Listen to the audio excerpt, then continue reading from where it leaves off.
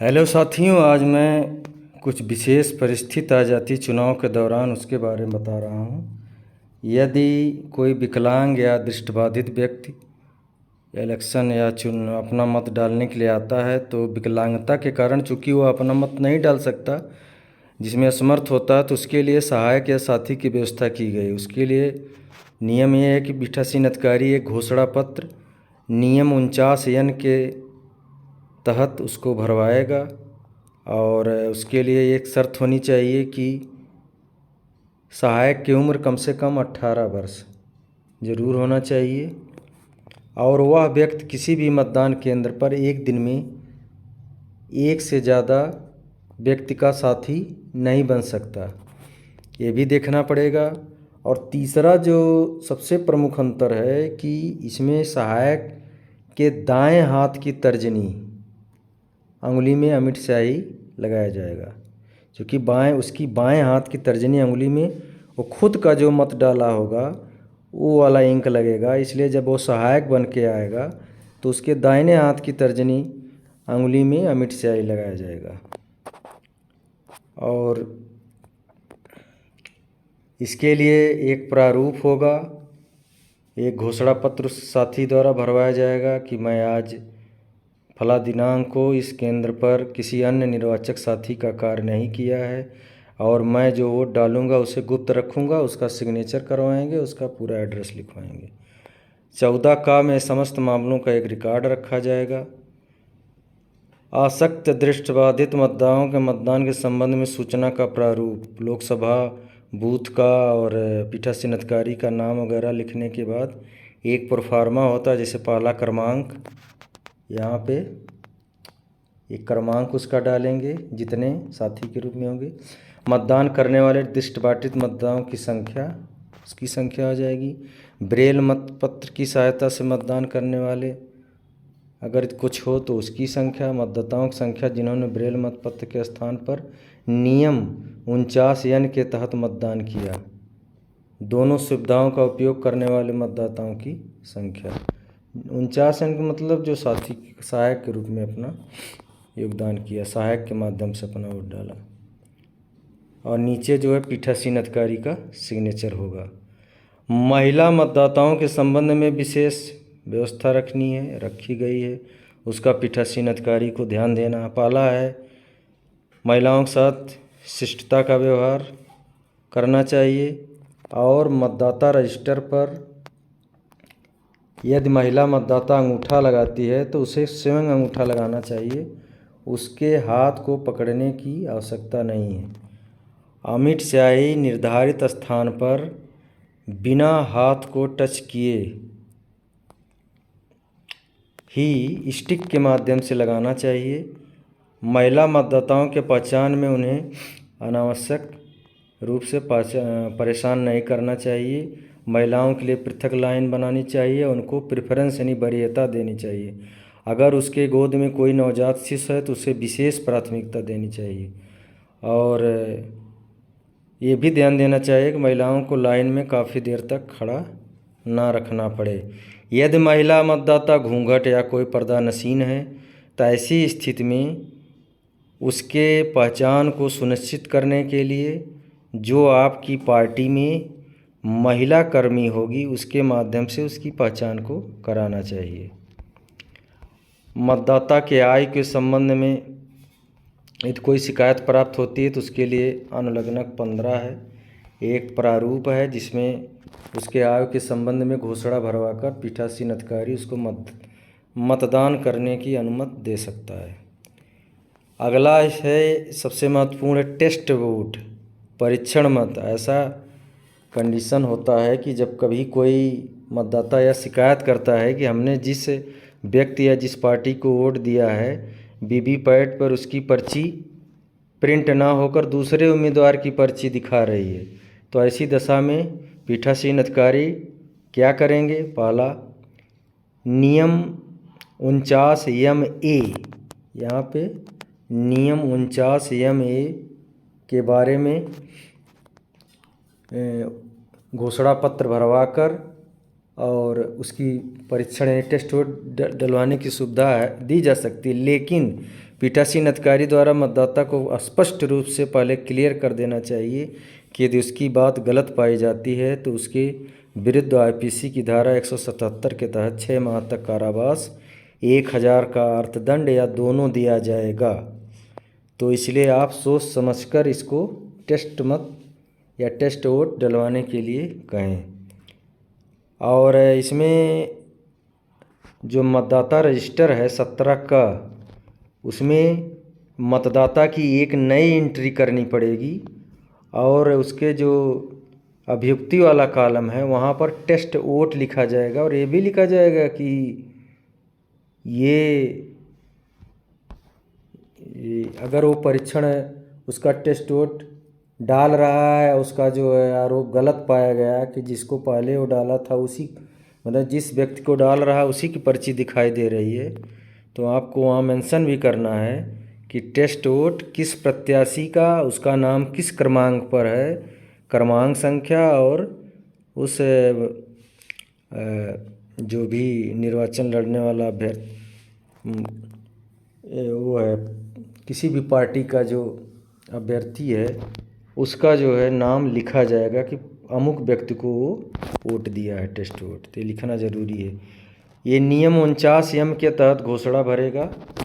इसमें घोषणे में क्या है कि आप डिटेल भरेंगे और वो घोषणा करेगा कि निर्वाचन संचालन नियम 1961 49 एम में के तहत मैं घोषणा करता हूँ कि बैलेट यूनिट से जुड़े प्रिंटर से प्रिंटेड पेपर स्लिप में दिखाया गया उम्मीदवार का नाम और चुनाव चिन्ह उस उम्मीदवार से भिन्न है जिसके नाम और चुनाव चिन्ह के समय सामने वो नीला बटन दबाया था।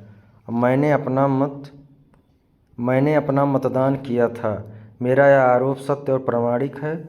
इसको सिद्ध करने के लिए हम तैयार हैं।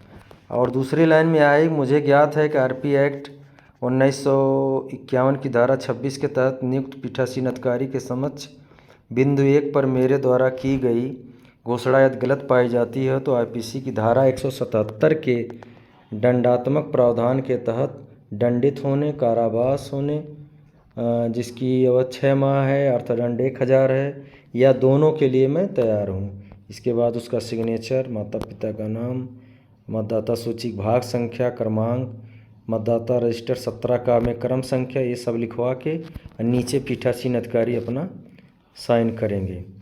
एक कंडीशन और आता है 49O के तहत।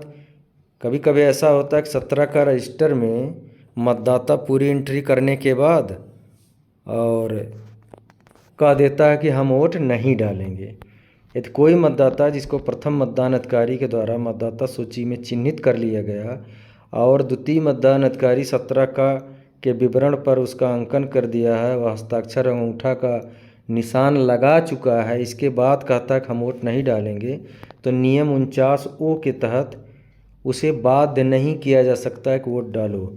इसके लिए क्या करेंगे, मतदाता रजिस्टर के कॉलम संख्या 5 में एक टिप्पणी लिखेंगे, मतदाता के द्वारा मत रिकॉर्ड नहीं करने का विनिश्चय किया गया, और उसके नीचे पीठासीन अधिकारी अपना सिग्नेचर करेंगे और साथ साथ मतदाता जो वोट डालने के लिए मना किया उसका भी हस्ताक्षर या अंगूठा का निशान उस टिप्पणी के नीचे जरूर करवाएंगे।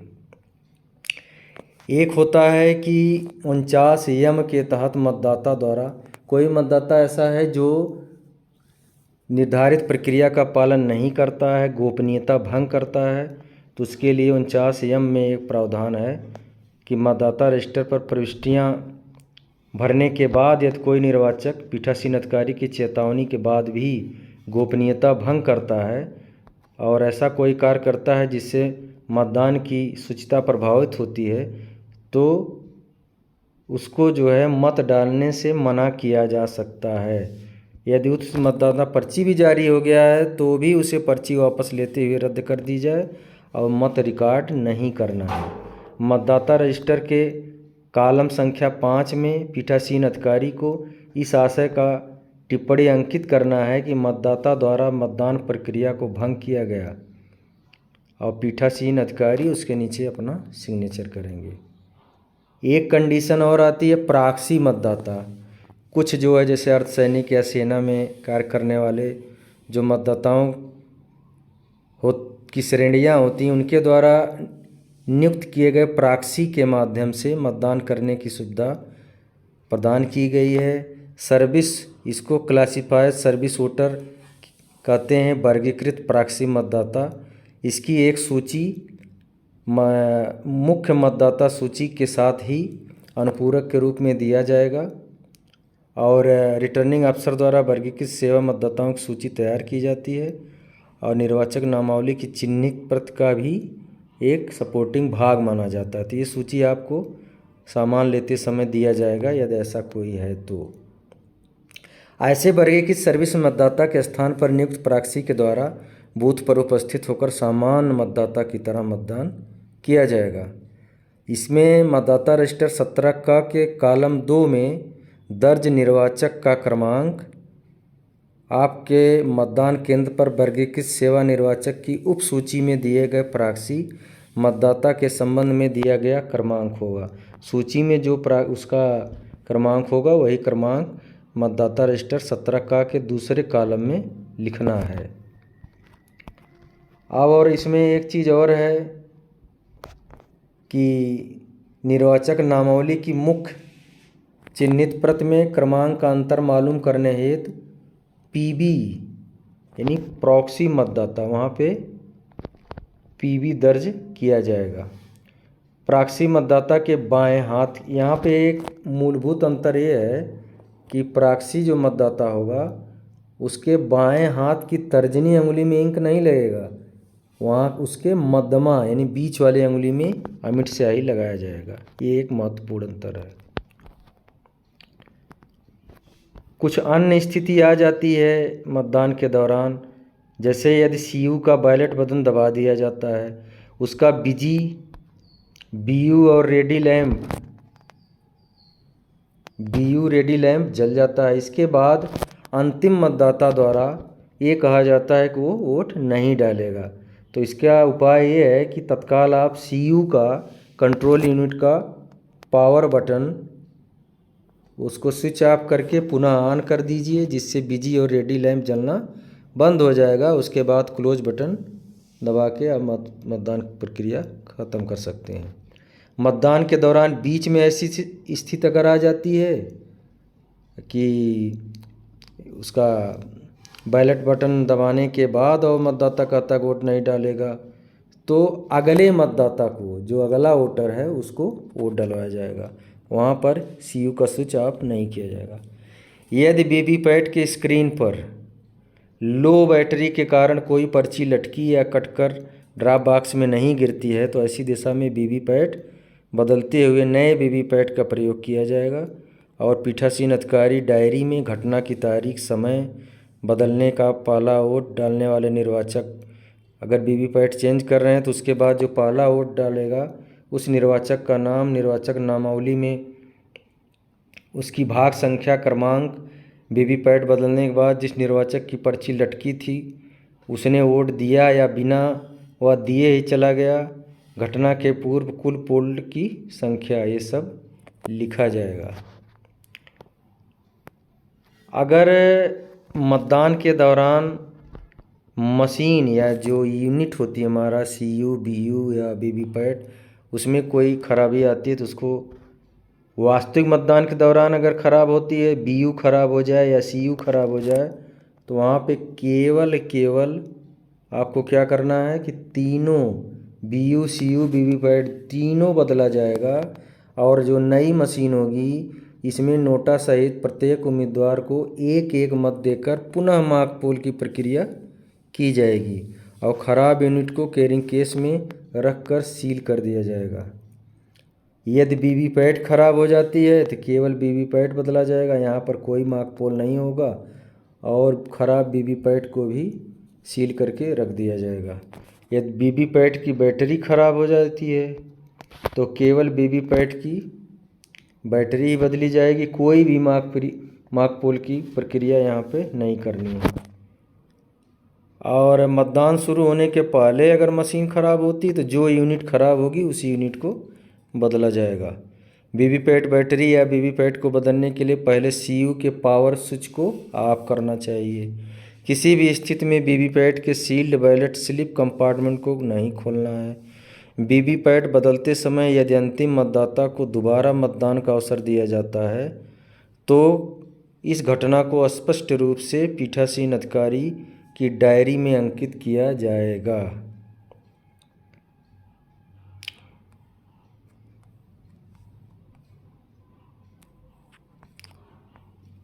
इस प्रकार ये कुछ विशेष परिस्थितियां हैं, इनको अगर आप अध्ययन किए रहेंगे कि चुनाव के दौरान कोई भी कठिनाई आएगी तो उसको आसानी से हैंडल कर सकते हैं। धन्यवाद।